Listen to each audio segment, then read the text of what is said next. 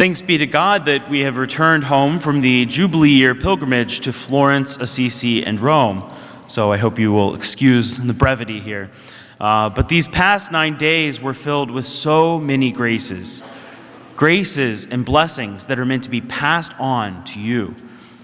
We were praying for our own family and friends, as well as all of you and your intentions.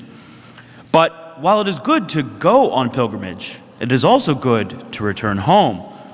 And pilgrims shouldn't return empty-handed, so to speak, but with hearts full of those graces and blessings which are meant to be shared. We experienced the impressive and magnificent sacred art and architecture of Florence.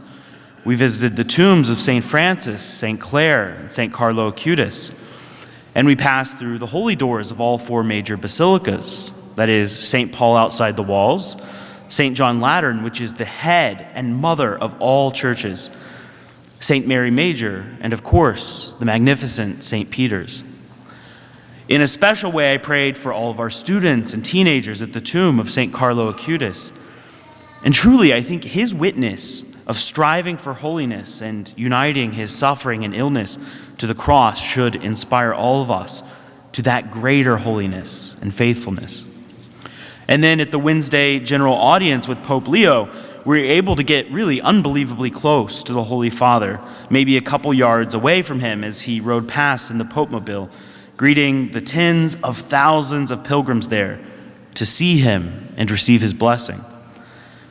Being present with that many people from all over the world, praying all together in Latin, the universal language of the Church, was indeed quite powerful.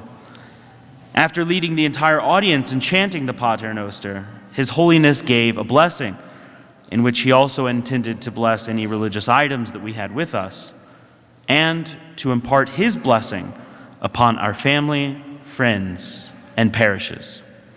So it is my intention to bring that blessing back to you when I give the final blessing at today's Mass for the glory of God.